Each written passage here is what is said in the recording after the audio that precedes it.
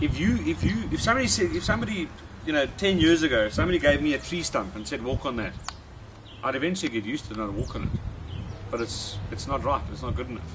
But eventually you'll make it. And that's what happened to me 10, 15 years ago. Is I was given a leg and got told, you can't do this, you can't do that, you have to have it like that, and you must do that. And I was like, okay. But as you grow older, then I start questioning, and I go, but why can't we do this? And why can we not? And Marco will tell you, from the first time I met him, I said to him, if there's anything that you want to say no to me, I just want the reason. If you say to me, no, Stan, you can't do that because this will break, then I'm going to say to you, okay, well, I want a stronger one. Well, there's not one available. Can we make it? No, we can't. Okay, well, then I accept it. Then it's something out of my control.